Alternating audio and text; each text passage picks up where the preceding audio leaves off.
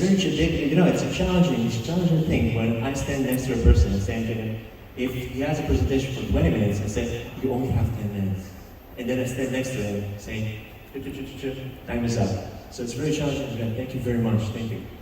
Well, our next and last guest of honor and keynote speaker, please welcome, with a warm applause, to A.B. Lieberman, the CEO of ClickStalent, the top secrets of TikTok marketing that no one will tell you.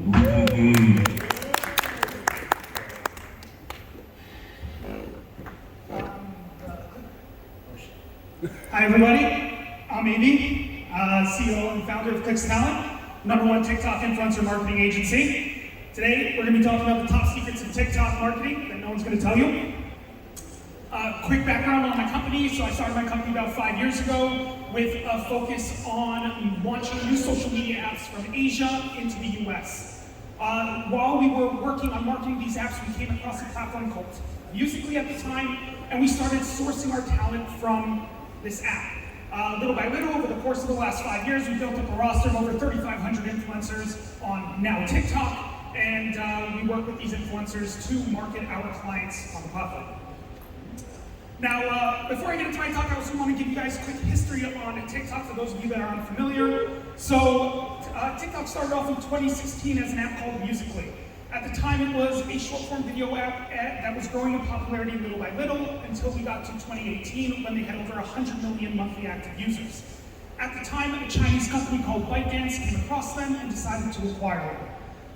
Overnight, everybody on the Musical.ly platform was moved over to the now TikTok platform, which was owned by ByteDance. And today, TikTok's available in over 150 countries with over 1 billion monthly active users. Now, today's talk is going to be split into 3 parts. We have, first of all, is how much should you be paying for a TikTok sponsorship?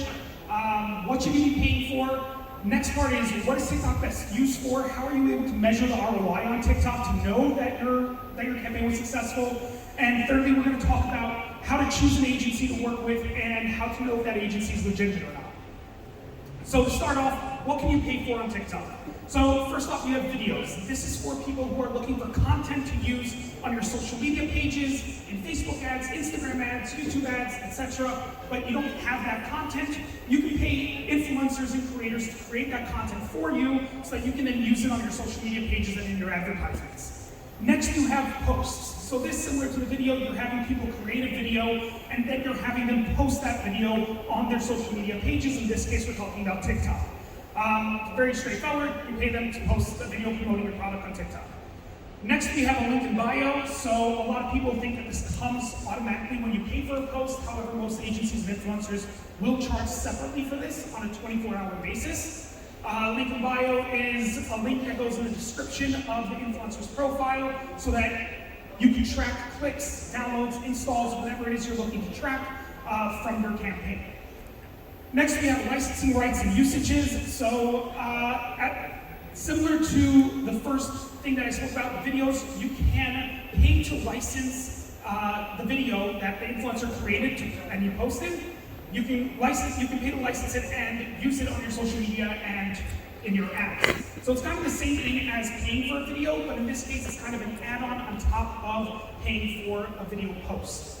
Last thing that you can pay for is Spark Ads. So for those of you unfamiliar, Spark Ads is an option that TikTok gives to people marketing on this platform. You can sign up to the TikTok ad platform, you get a code from the influencer's video, and you can then use that code to put money behind the video and sponsor it and push it online. Some companies and agencies will charge extra for that, we specifically don't. We give that to our clients for free, and we think that it's okay. Now, when it comes to what you should be paid for all these things on TikTok, there's a few things that you need to take into account. So first off, pricing ranges anywhere from $10 all the way up to $200,000. And there are even instances where you'll be paying more than that. It really depends on the influencer, depends on what you're looking to have the influencer do. And nowadays, influencer pricing on TikTok is kind of like the Wild West. It can range from anything. You have influencer charging $50 today and $5,000 tomorrow. Vice versa, you have a company offering an influencer $100 today, and then a different company offering the same influencer $10,000 the next day. Now, when it comes to what you should be considering for your calculations on how much you should be paying for things on TikTok, you have number of followers. This is one metric that you should not be looking at when calculating pricing on TikTok. With TikTok, you have something called the For You page. As soon as you log into TikTok, you're hit with a page of content that is custom curated to you based off of your likes and what you're interested in. Then you can slide to the right, and there you'll have a page called Following. This is a page of content of everybody that you follow. Most people who are on TikTok are not on the Following page. They stay on the For You page. What that means is that just because somebody has 10 million followers, it doesn't mean that those 10 million followers are going to see that person's content unless they specifically go to that person's profile or swipe to the Following page and happen to come across that person's videos on the Following page. The next thing that you have, the slideshow's a little bit opposite. It's number 3 and then 2. So the next thing that you have is the amount of views. Check out the amount of views. That's the biggest metric that you should be looking for when trying to decide what you should be paying an influencer on TikTok. The more views, the better. However, with that said, small caveat, you don't want to pay somebody because they have 2 videos that have 10 million views, let's say. At the end of the day, videos go viral on TikTok very easily and quite often.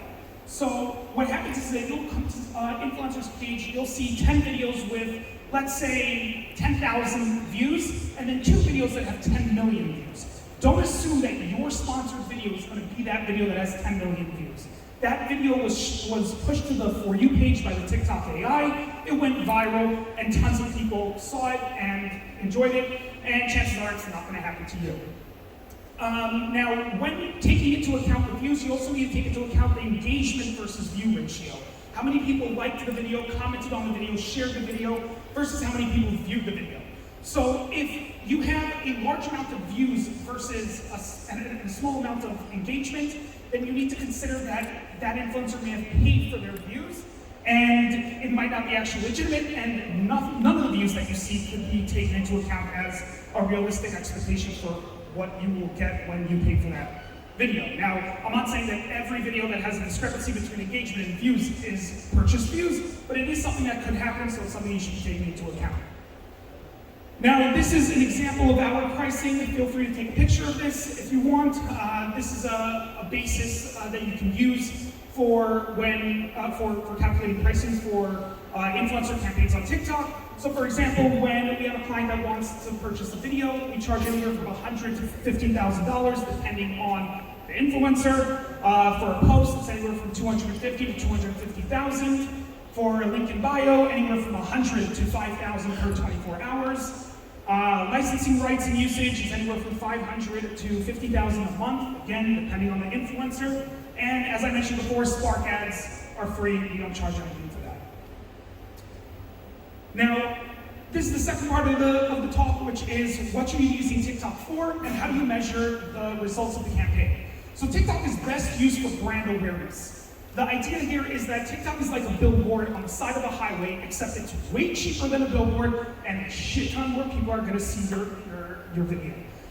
People are going to see your brand, they're going to see the content, and they're going to end up getting more options to see everything about what you guys are doing. And that's really what TikTok is best for. It's the brand awareness aspect. Now, when running campaigns on TikTok, there is ROI in terms of purchases, installs, downloads, whatever it might be, but that should come second to views and brand awareness. If your goal is not brand awareness and you don't care about brand awareness, then TikTok might not necessarily be the best platform for you to be advertising on. Next we have, how do you know if your campaign is successful? So it's really quite simple. Either you have a link in the bio, as I mentioned earlier, and then you can track how many people clicked the link in bio, how many people made purchases, how many people downloaded, how many people installed, and then it's a simple metric of, did you make your money back or not? However, the way that we usually tell our clients to be tracking their results is come up with a number of views that to you is worth the amount of money that you're spending, And if you get that total amount of views, campaign was successful. You didn't get that amount of views, campaign was a failure. Pretty straightforward. Now we get to the last part of my talk, which is about the different types of agencies you can work with and how to tell which ones are legitimate and which ones are fraudulent. Unfortunately, in this industry, there are lots of different agencies that will come off as experts, or even that will just simply promise you results that they will never deliver on, and they can't deliver on even if they wanted to. So the types of agencies that we have are, first of all, marketing and PR agencies. These are agencies that do not have any influencers in their network. They don't have a roster of their own. What they usually do is they go to software and look through thousands of influencers, mass outreach, and simply bring back to the client whoever responded that they're interested, without any actual due diligence of, is this influencer quality? Is he a good fit for the brand? Is he going to do what's needed? Is he reliable? Etc. Then you have talent management agencies. These are small agencies. They usually manage anywhere from 2 to 50 influencers. They will, in general, they could offer you the most competitive pricing, as they control usually the pricing for these influencers. However, a lot of talent management agencies, knowing that you can't go anywhere else except to them if you want their specific influencer, will overcharge you if you show too much interest in that specific influencer. The last type of agency is an influencer agency like us, Clicks Talent, where we have our own network of 3,500 influencers. These are people that we work with directly. We know every single one of them. We're in contact with every single one of them, and we can offer our clients a high quality return on their investment, where you have high quality influencers, quality content, and most importantly, reliable influencers, because we know who these people are. Not all influencer agencies work directly with their influencers. Some just have a network that they are in contact with every so often. Regardless though, at the end of the day, an influencer agency usually is your best bet when it comes to pricing, as they can get you the most competitive pricing due to their vast network and their options for influencers. Now, some of the things to be aware of when it comes to agencies in order to tell if they might be fraudulent or not. A lot of agencies pay for press, so you'll see articles written in Forbes, Insider, New York Times, Wall Street Journal, where they feature different influencer agencies, marketing agencies, talent agencies. And you might think that these people made it big and that they're extremely successful, they know what they're doing, when in reality, they pay for that press. Now again, I'm not saying that all press that you see is paid for, but nowadays, almost everything can be paid for. We've had the option to do it many times. We've never done it. I'm extremely against that. And I believe that if you're going to be featured in an article, it should be because you earned it and you did a good job and you deserve to be there. Next, you have paying for followers. So you have some agencies which you'll go to their social media pages, you'll see 15, 25 million followers. And you might think to yourself, wow, if they have so many followers, clearly they know what they're doing. Again, a lot of these agencies pay for their followers. Most of the legitimate and successful agencies have under 100,000 followers on their social media pages, as they focus on promoting their clients versus promoting themselves. Next, you have taking our clients on a website. You'll go to the website, you'll see the Our Client section, and you'll see big names like Google, Amazon, YouTube, other big names, and you'll assume that these guys must be successful, they know what they're doing, they have such big clients.